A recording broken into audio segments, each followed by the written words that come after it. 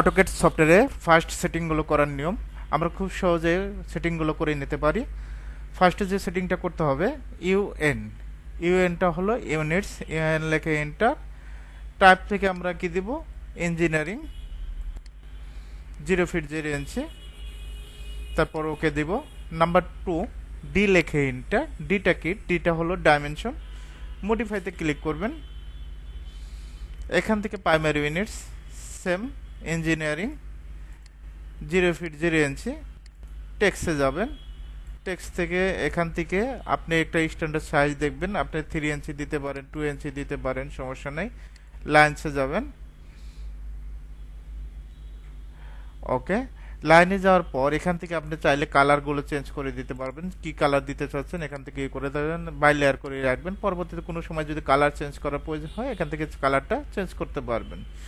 স্যাম্বল and অ্যারোতে যাবেন। এখান থেকে আর্কিটেকচারাল সিলেক্ট করবেন। ওকে, অ্যারো সাইজটা একটু বৃদ্ধি করে দিবেন। ওকে, সেট করেন, ক্লোজ। এখন লিমিটটা করবেন, LIM দিবেন। এখান থেকে লিমিট অটোমেটিকভাবে শো করবে 0,0 এন্টার। তারপর দিবেন 1000 ফিট, এদিকে 1000 ফিট, এন্টার দিবেন। হয়ে গেছে। এখন আমাদের যে কাজটা করতে হবে, জেড ইন্টার এ ইন্টার, জুমের জন্য OS লেখে এন্টার। এখান থেকে একটা লাইনে in point, mid point, centre আমরা এখান থেকে কি করে দিব, সিলেক্ট অল করে দিব। ওকে, লাইন নিচ্ছে, এল লেখে এন্টার।